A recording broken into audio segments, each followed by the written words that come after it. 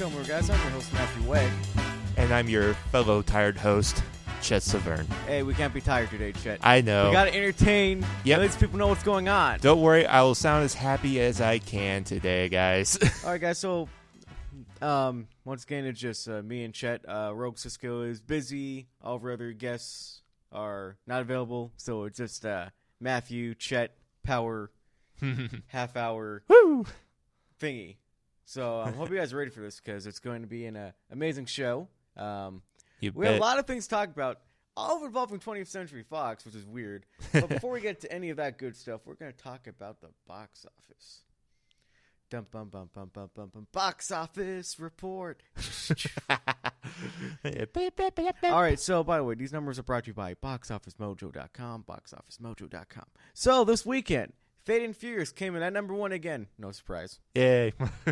With $38 million, making a total, worldwide total of over $900 million worldwide. So that's impressive. The Boss Baby is at number 2, as it was last week, with $12 million. Beauty and the Beast is at number 3 with $9 million, with a worldwide total over $1 billion and a domestic total of $471 million. Born in China, the Disney nature documentary came in 4th place with $5.1 million. And the Zach Braff oldie comedy Going in Style made another $5 million this weekend. So a couple things to point out is that Fate and Furious had a major drop-off. Yeah. 60%. That's from heavy. Week 1 to Week 2. It's heavy domestically, but like as I said before, if you look at the numbers, worldwide, $908 million. You know how much this thing's made foreign? How much? $745 million. Okay, that makes it up. Yeah. But I don't know who in the right mind wanted to spend $250 million on the Fast and Furious movie, but I'm guessing that's going to pay off in the end because it's going to probably get $1 billion. But like it's probably going to, I probably say it peters out at 1.5, 1.4. I mean, I don't see it going past 1.5. Yeah. Other things to talk about. We had a lot of movies come out this weekend. We had like five movies come out this weekend. We had Born in China, Unforgettable, The Promise, Phoenix Forgotten, and Free Fire. Oh. And the only one that broke the top 5 was the nature documentary by Disney called Born in China. Typical. I mean, Free Fire came in at 17, but it's in a good number of theaters. It's in about 1,000 theaters. Phoenix Forgotten, which is like this found footage thing, came in at 11. The Promise came in at number 9, and Unforgettable came in at number 7.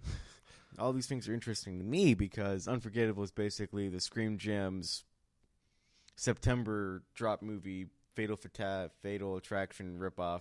Okay. I'm just like, but it's Warner Brothers. What's going on? That's odd. That's weird. Nothing else here. Maybe I had to go see Boss Baby because it's been steady at number 3. It's made $136 million domestically. Okay. It's making 20th Century Fox and DreamWorks a lot of money. But I'm just like, why do people keep seeing this movie? I know. Smurfs isn't doing well at all. I mean, the movie was only made $33 million domestically. This franchise is imploding on itself like crazy. But it has made $100 million foreign. So right now it's at a worldwide total of $133 with a $60 million budget. Maybe if it keeps going, it might be able to justify its means. I mean, Maybe. For what I hear about the movie is that it's actually like, you know, like this is the first the Smurfs movie that we should have got in the first place. Yeah. It's not amazing, but it's way better than, you know, palling around with Doogie Howser in New York. Yeah. From what I hear.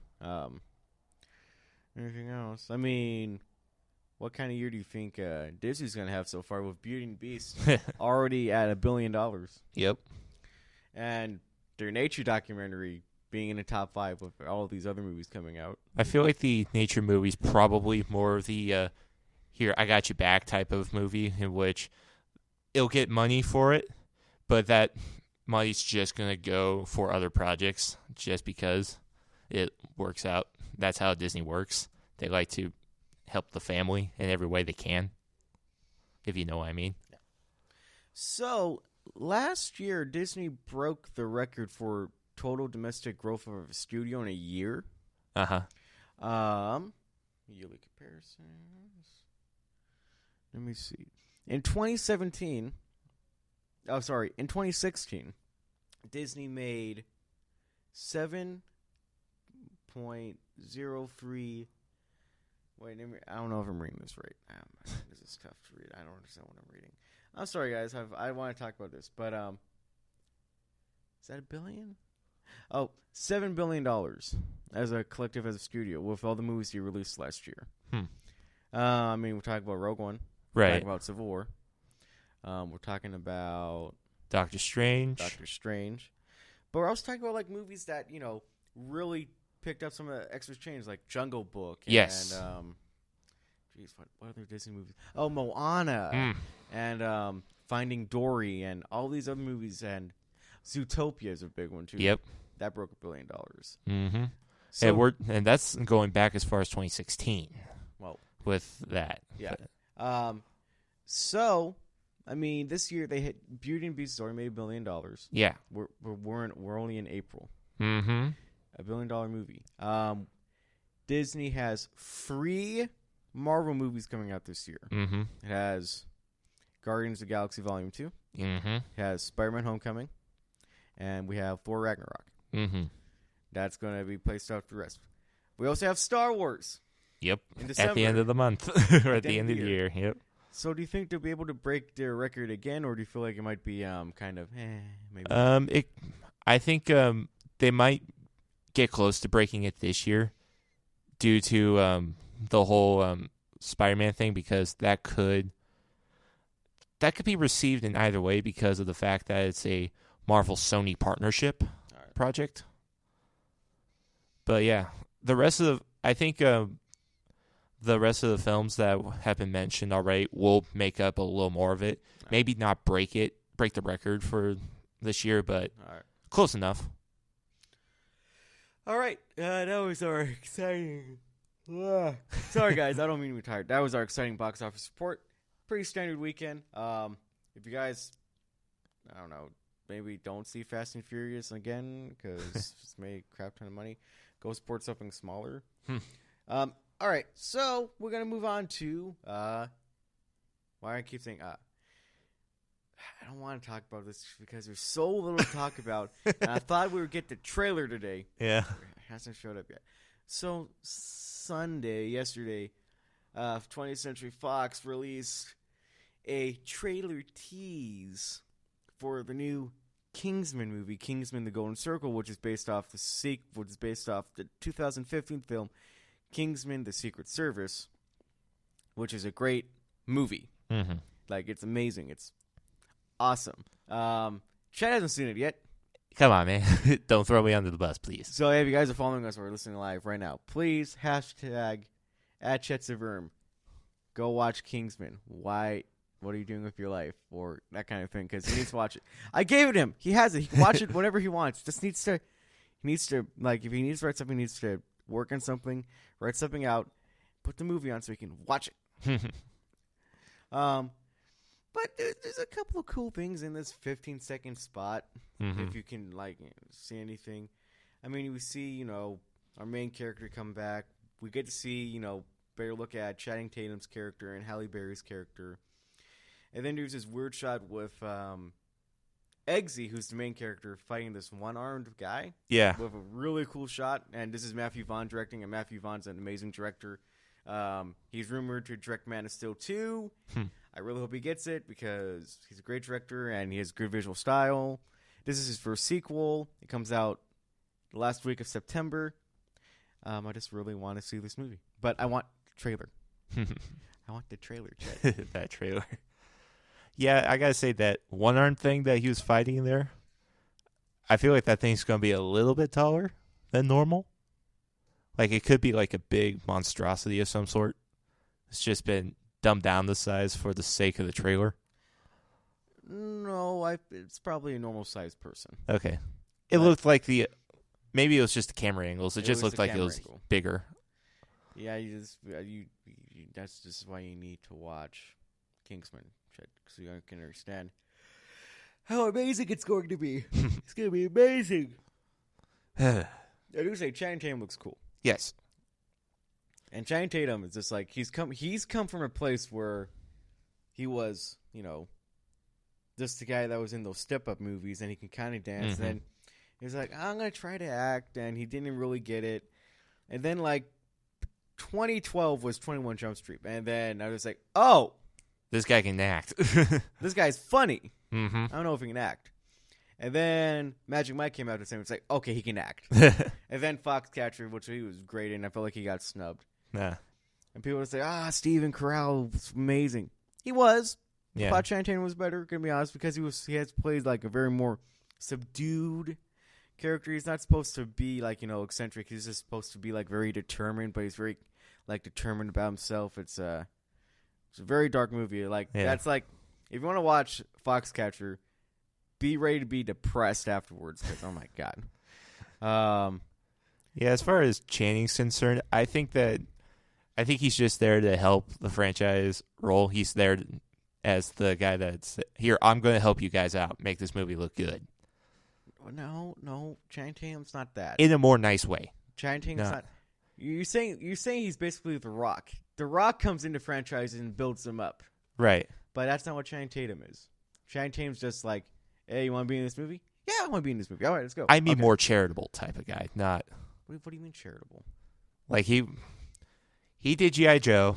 He did like a lot of the action films, and he was like, look, I'll help you with this project.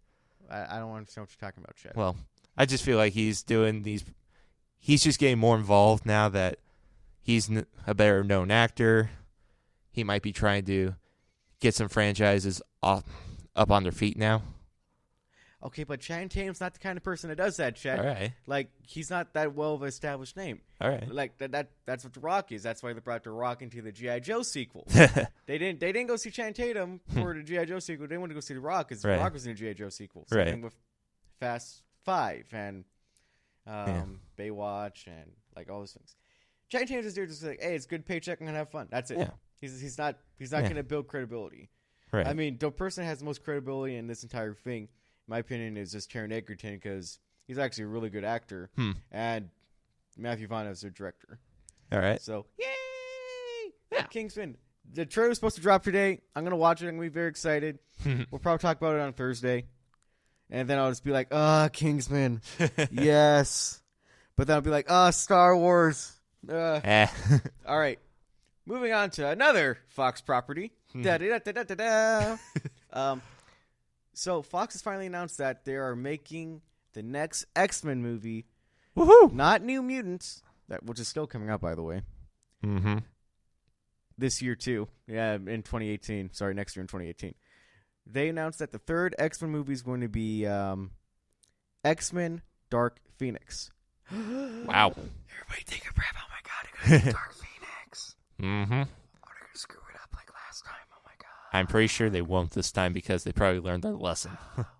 Okay, so for those of you who did not like Apocalypse, I understand why. I actually really did. I liked Apocalypse. I watched it last night. It's a fun, entertaining movie. However, it's not the best. Sure. It does, in my opinion, kind of suffer from that X-Men 3 thing. Which actually, if you look at the story that X-Men 3 is trying to tell and the story that Apocalypse is trying to tell, right, the story in X-Men 3 is actually more compelling and interesting than what's told in Apocalypse.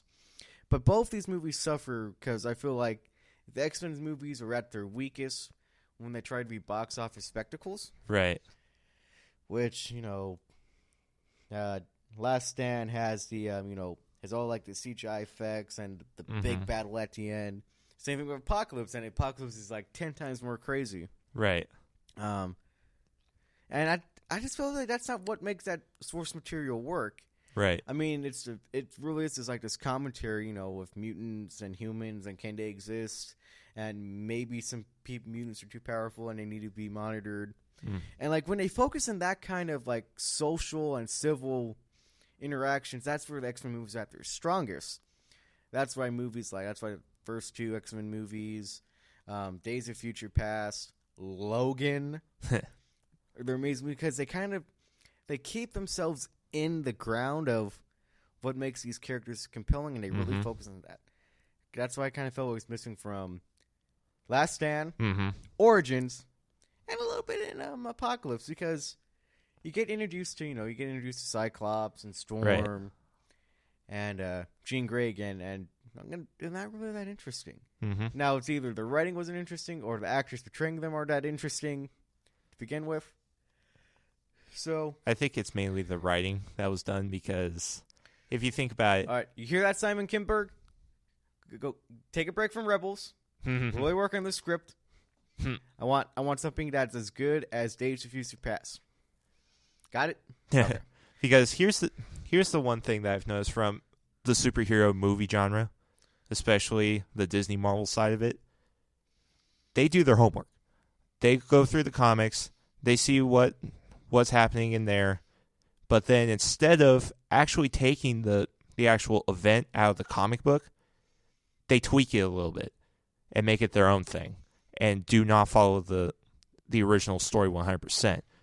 If anything, if there's any connection to that comic book story that they read, it's probably like 10% of that story in the movie. Yeah. That was the one thing I felt was messed up in Last Stand. Like, they messed up by changing the whole power set for Jean Grey in the process of trying to do something different with her, and that totally messed them up, because everyone knows how the Dark Phoenix saga works. All right. Yeah. So this time, make sure you do your homework on the comics. Well, I mean, Simon Kinberg does his homework. So, yeah. Like, I don't know if he was there, for the early days of X-Men. I don't think he was. No, but we got Simon Kinberg here. He's good. Yeah. So it's slated for a November 2nd, 2018 release date. And they're supposed to begin production on it this summer. So, yay! Woohoo! Moving on to our next story. Still in Foxland. Bum. Hey guys, we have a release date for Deadpool 2. Yay! Yay! It's guys, it's in summer. Yay! It's in June of 2018. June of 2018. So it's going to be a month after the Han Solo movie comes out. And it's going to be somewhere in between the Ocean 8 movie and the Transformers spinoff. Wait, it's going to come out that soon? Transformers spinoff? So the Deadpool 2 is slated for a June 1st, 2018 release date. The sequel is going to star Ryan Reynolds back as Deadpool, Josh Brolin as Cable, and Atlanta's breakout star Zazie Beetz as Domino. And it's being directed by David Leitch after Tim Miller has departed. What do you think about this release date? It's going to be a good one. I think it'll stand out way more because I think it's in the middle of the Dead Man Zone.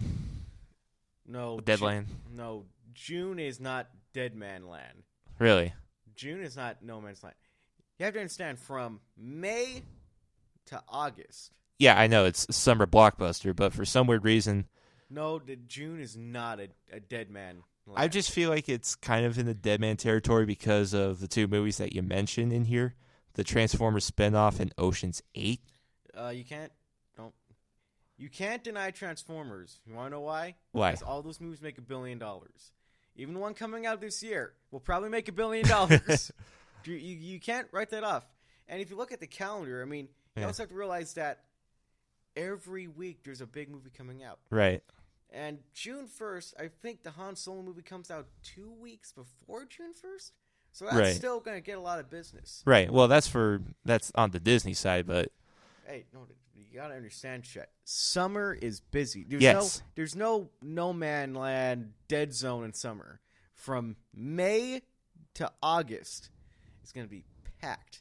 True. What's going to really depend on, is like reviews. But every movie here that, I see, I feel like the Ocean's 8 movie, it's a big deal. You have to really think about it. Isn't the new Mission Impossible movie going to be dropping in summer? Maybe. I think so. We're going to double check that. We're going to get there for you. If that drops in summer, that's a big thing. And that's usually like around a June or July itself. That's big business. Right. You have to. Don't disregard this as dead zone. You also have to consider the fact that it's also rated R, coming out with a lot of PG-13 movies. What worked with February for the first time was that, February was just kind of like, no one's going to go really to the movies anyway. You're starting school again, going to college, going to work. And you drop in Deadpool on February 12th, 2016. And it was amazing. It was R-rated and filthy and violent. It was great. It made $135 million opening weekend. I think so. A lot of money. Does it have the potential in summer to do more than $135 million? Yes. All right. I got to see what else is coming out that weekend, though. Yeah. That's what's really count. It's a little bit... It definitely is more of like a confident, it's like, hey, we're going to throw this movie in the middle of hell in the summer. So there you go. Make it worthwhile of a summer. So the way it works out, because this is, so Fox is releasing 3 XMen movies next year. Mm-hmm.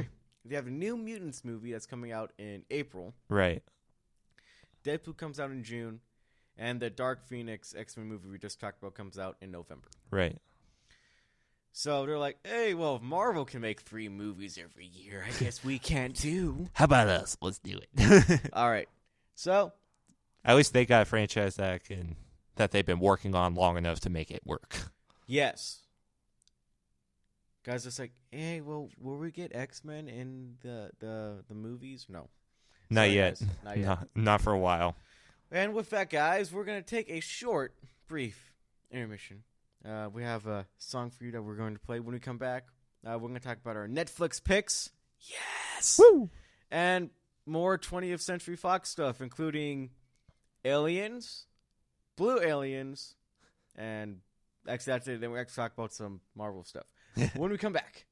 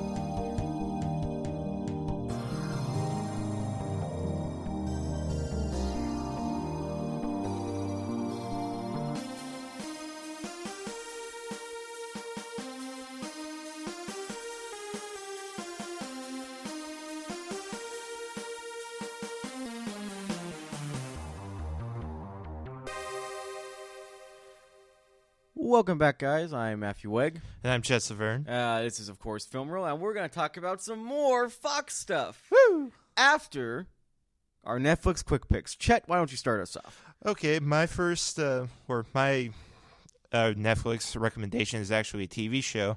I was actually watching this yesterday just to see what it was all about. It's a BBC show entitled Father Brown. It's a murder mystery show revolving around the local neighborhood of this Catholic church. Who's in it? The actors are Mark Williams, Sorcha Cusack, and Nancy Carroll. Like I said, it's a BBC show, so maybe not too recognizable names, but it's a pretty interesting show. Okay. It's a fast-paced murder mystery. If you can't figure it out in less than 5 minutes, that's not an issue. They get it away pretty quickly. All right. Chet recommends Father Brown. Father Brown. I knew I had Brown in it. I'm sorry, Chet. Yeah, Father okay. Brown. Chet. So, guys, I'm going to recommend the Adam Sandler movie. No, just kidding. No, seriously. Really, really good movie just came on Netflix this weekend. It's called The Prestige. Christopher Nolan directs the movie Prestige. Stars Hugh Jackman and Christian Bale, Scarlett Johansson. That's right, guys. Wolverine, Batman, and Black Widow. All in the same movie. That explains why it sounds so familiar.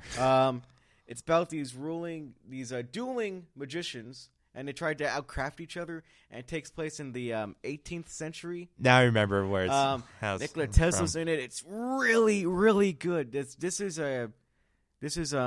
Christopher Nolan's follow-up after Batman Begins, because Batman Begins came out in 2005. Then he released this awesome movie. I believe it got nominated for a couple Academy Awards. It's amazing. Let's see. I don't know what to talk about. It's like I love this movie so much. Ever since I saw it, and when I saw it, I was so confused. Like I didn't understand what's going on. But like it's like an appreciation. I've seen multiple times. This is a movie where I was just like, this is what kind of director Christopher Nolan is. I mean, you see Memento, you see Batman, but he can take something as simple, and even, I mean, who's going to really take these dueling magicians trying to outstage each other? But he does it in a way, and like he shows you how cutthroat it can be, and it's just it's on Netflix. If you like magic movies, like breakdown, like magic movies that actually kind of show what goes into making a trick, that has an awesome cast, like I said, Hugh Jackman, Christian Bale, Michael Caine, Rebecca Hall. Michael Caine again. Michael Caine's a standard. Scarlett Johansson. Like I said, Logan, Batman, Black Widow. They're all in this movie. And you know what? You guys, if you guys want to stop listening to the show right now and go watch that movie right now because of how excited I'm talking about The Prestige, go ahead. It's fine. I'll forgive you for it because it is an amazing film. Go seek it out. Chet recommends Father Brown, the BBC murder show. And I recommend The Prestige. With that being said, make sure you add those to your Netflix. Watch them. They're great. They're amazing. I'm sorry, I'm getting tongue-tied. I really love this movie. I was very excited. Moving on to Fox News again. Not Fox News. Fox News. like Fox, 20th Century Fox News. We're just jumping on the Fox train, people. Fox train. Hey, we have a release date for Predator. Yay! Woo! So, there's a report going around at... Who's reporting this? I believe it was... Is this the Hollywood Reporter? It might be. Trying to read. Sorry, guys. This is very... No, Fox. Fox announced. So gotcha. So Fox announced itself that it's Straight from the source. Straight from the source. Oh. Yeah. So, it was supposed to come out on February 9th, 2018. But now they pushed it into summer of 2018. Specifically, August 3rd, 2018. Which is actually not a bad date. Yeah, that's pretty good. I mean, if you look at movies like Guardians of the Galaxy and Suicide Squad, they did bank on that weekend. Because that's like the first weekend of August. Wow. Moving into summer, though, that's weird. Wow. Wow. I mean, wow, that's great. I mean, wow, that's terrible. It's directed by Shane Black. It's just more Fox stuff and just... I don't know, I mean... Would we like this to be in February? Is this weird? Because I feel like Fox could have pulled both dates off. Yeah. It just seems weird. Like, do they need more time with it? Or did they say that it's a better date to go in August? Because if they went in February, that's the same weekend that Deadpool came out. Yeah. And they made bank that weekend. And like I said before, there's more of a kind of like a way to kind of go see those movies in February than in the summer when you always have to take your family to go see a movie. Right. And it's kind of easier to take your kids to see Guardians of the Galaxy and not The Predator, obviously. But, I mean, it's still The Predator. It's coming out in August. I'm kind of a little bit bummed I have to wait longer. No. What do you think, Chet? I don't think it matters what day they put it on, whether it was in February or August, but the original Predator was good. And if that Predator can rub some luck onto this new one, I think he'll do well. Okay. So, speaking about Mission, we were talking about Mission Impossible 6 earlier. It says here Mission Impossible 6 comes out a week before Predator now. Oh. So that was slated for a late July release. Okay, that's not a bad spot. That's a good spot. And, Henry Cavill's in that movie. Woo! Amen. So Predator is coming out in August. We're very excited. Guys, we have another Fox story. So much 20th Century Fox, so little time. All right, so it was reported that James Cameron wants to totally oversaturate us with Avatar movies, even though he hasn't made one in a while. I know, right? Says here that the sequel, Avatar 2, is going to be coming out December 18th, 2020. Hmm. And then the third one's going to come out December 17th, 2021. And then the fourth one's going to come out December 20th, 2024. 2024. And then Avatar 5 is going to come out December 19th, 2025. All right, so here's the thing. Why is there like a 3-year gap between 3 and 4? Second thing, why are we not getting Avatar 2 till 2020? If I'm Fox, I'd be like, you know what? It's time to pull the cord. Like, just Same. stop. Because that's going to be 11 years. Yeah, that's way too long for someone to hold a after franchise. The first movie. Yeah. I mean, right now, just like, should they really make one? I mean, right now it's 8 years. We're in about 8 years right now. Mm-hmm. The first one made $2.7 billion, so I can see why they want to make another one, but too much time has passed. Yeah. And I don't get why. Look, this is what I'll say. I don't know if you're afraid of Star Wars or something if we're going in December. Mm-hmm. I think Avatar could, be different enough to kind of differentiate from Star Wars. They're both sci-fi movies, obviously. But, I mean, waiting until 2020? Like, really? Aren't they going to begin shooting this movie this summer? I think so. That's what the report that we read. I think it was like Variety Reporter or Hollywood Reporter reported that they're going to begin shooting Avatar 2 this summer. Yeah. But, I mean, that's like a lot of post-production. Yeah. But, I mean, if I'm Fox, I would maybe think about moving it to a new release date. Yeah. This is way too long of a wait. Yeah. This is like... There's times when you can elongate certain projects, but this amount of time, that's just ridiculous. And this isn't this isn't 2005, last Star Wars movie comes out, then 2015, a new Star Wars movie comes out. Right. This is like, seriously, you had one movie, 2009, a secret success. Nobody knows why.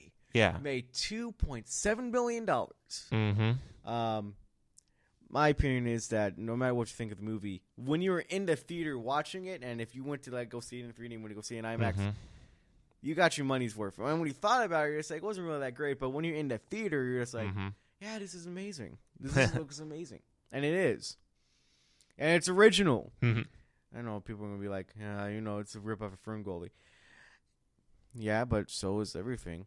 Like how many adaptations have you seen at like Tale of Two Cities or The Magnificent Seven? The Magnificent Seven is basically a reimagining of the Seven Samurai by Akira Kurosawa. So, it's just, but 2020, this sounds bad. Yeah. This is going to be a bad move. I'm willing to bet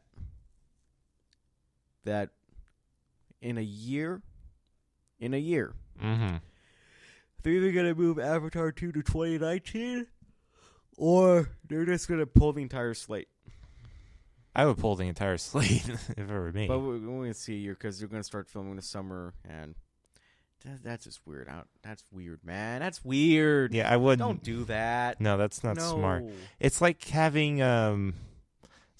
Marvel put out the Avengers movie in like 2026 instead of putting the Avengers movie in its current placeholder now. Like, you know how silly that would be if they had done that? Pretty silly. Exactly. It's like, what do you do in that vast of time? Do you go into solo films that lead up to that, or do you just sit on your hands and wait for that project to start up? I would want to put something in there that might connect. That's how it would work. That's something that Avatar should be doing. They should be putting something like they should be putting prequel movies of some sort in between. Have it lead up to this next Avatar into the Avatar sequel coming out in 2020. That way, the people are still interested. I don't know. It was just weird. Yeah. Anyway, you know what else is going to film this summer? AntMan and the Wasp. Yay! Hey guys, we're finally off the Fox train. Woohoo! We've made a pit stop into the Marvel camp for a moment. So if you guys know that they announced AntMan and the Wasp as a sequel, I believe it's going to be coming out sometime next year after Infinity War, I believe. Yeah. It's going to star, Paul Rudd as Scott Lang. Is going to star Evangeline Lilly as Hope Van Dyne. Van Dyne. Thank you, Chet. You're welcome.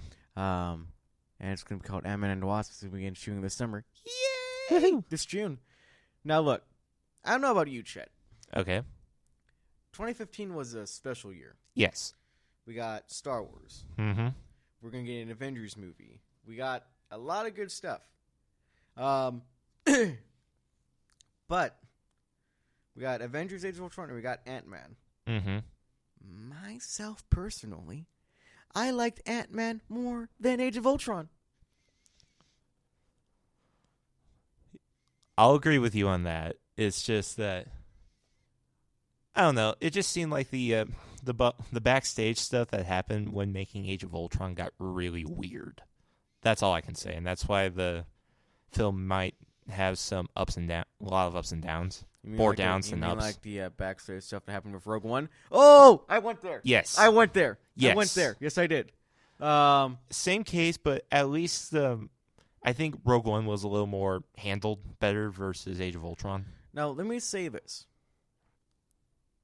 Rogue One, Age of Ultron, and Ant-Man are good movies. Yes. I'm not going to tell you that Rogue One's a bad movie. It's not.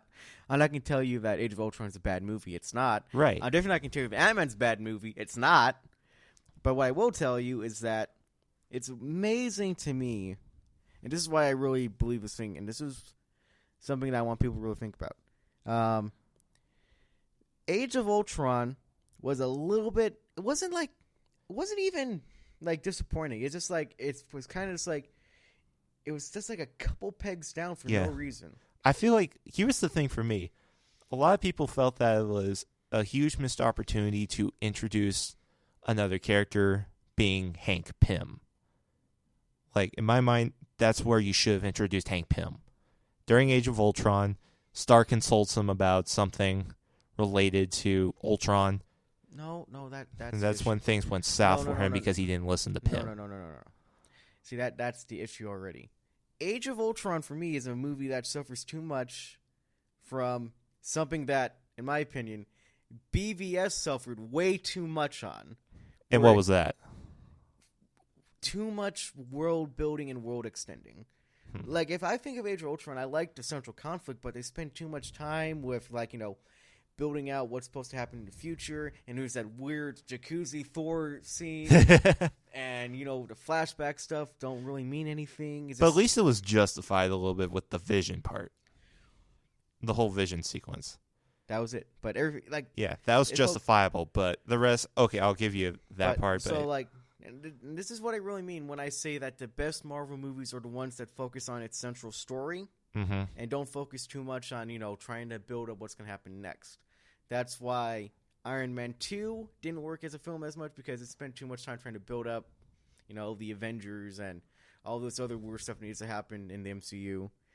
And that's why Age of Ultron doesn't work as well as a movie because it tries to spend too much time on building up certain other aspects that are coming instead of, just focusing on the story, which is what made the first Avengers great because it just was just like, let's just tell the story of these guys coming together. Right. It should have done that more. And Ant-Man, a movie that was more publicly, viewed as they're having some issues on set. Edgar Wright is left directing. Right. We're going to have Peyton Reed to direct now. It's going to be a heist movie, as always going to be. They still kept his script. Mm-hmm. They still kept Edgar Wright's script. Yeah. And to their credit, that was a good job because Edgar Wright is an amazing writer. Yeah. He has great comedy sense. And, like, it's weird. It felt so much like an Edgar Wright movie. Yeah. Not really. But it was a great movie. And I personally like it more than Age of Ultron. I do have both of them. Yeah. I'll pop in my AntMan more than my Age of Ultron. Yeah, I find it kind of funny concerning Ant-Man and Age of Ultron is like a lot of people were expecting Ant-Man to bomb a lot because of all the conflicts that were happening backstage or behind the scenes, I should say. Sorry. But yeah, a lot of people were not expecting Ant-Man to do well. They were kind of pulling the Guardians of the Galaxy card on it, saying, "Oh, this is going to be really stupid looking." It's like this guy basically controls ants. That's all he does. I was like, no, he does not. You're wrong right there, sir. No, yeah. So look, here's the thing. So they totally ate their words. Yeah. On that. Ant-Man, I think, is the least the movie that's made the least amount of money in the cinematic universe. No, my bad. Incredible Hulk was. Yeah, I was about to say. Don't forget the Hulk. Domestically, it made as embarrassing as it is. Domestically, made $180 million, which people be like, that movie's a failure. No, not really. If you look at the budget of Ant-Man, sure, it made the money. Ant-Man had a budget of $130 million, so domestically it made $50 million more. Plus, it made another $339 million. So it's made all of its money back, so it's fine. I just kind of get a little bit weird when people say, it didn't open at $100 million, must be a failure. Not necessarily. No. Ant-Man opened with $57 million this opening weekend.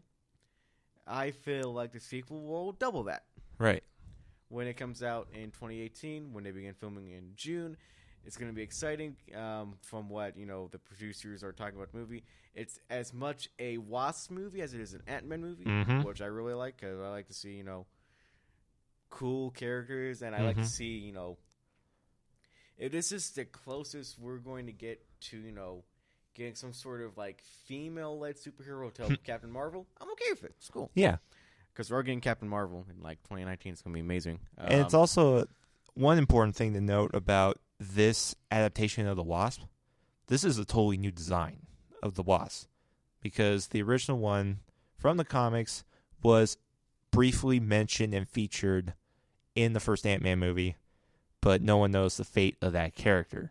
And now we have Hope Van Dyne taking over that role, and she's kind of an unknown in the comics, but that's okay because now we can introduce a totally new character in the movies. And that's what I like. They're doing something totally different, and that's what I'm talking about. Do you think they're going to keep the name Ant-Man and the Wasp? No, I'm kind of hoping that's just a code name for the project name. Right? Yeah.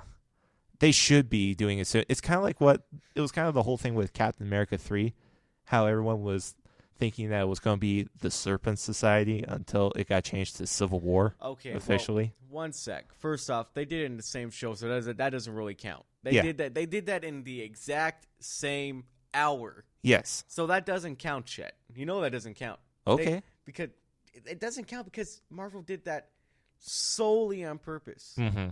We've been sitting with this title for a year and a half. That's now, true. And they haven't changed it. True.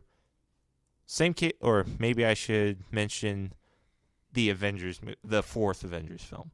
They don't have an official name for it yet.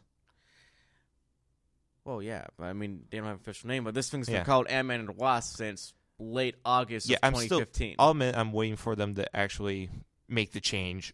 Probably July. Well, that's what I'm hoping. What would you call this movie? Would you just call it Ant-Man 2? Would you call it Ant-Man and the Wasp? Well, would you call it Pelling Around with Scott and Hope? No. I'm not going into the tacky realm of things. I'd just rather it be a name that's more relatable to what the story that is being told is going to be. Okay, guys, so look. At short, you got Ant-Man 2. Ant-Man 2 it's supposed to be... If you put a subtitle under it, that'd be fine. Because that's probably what people are going to look at. It's the subtitle. Ant-Man 2, The Wasp. Kind of like Captain America, The Winter Soldier, but... I don't know. that's interesting. They can't keep that title. Though. Yeah, no. They can't keep that title. I forget there was another property that was that way, too. I forget what it was. All right, guys, we have to go. All right. We've had a lot of fun talking. Woo! Me and Chet.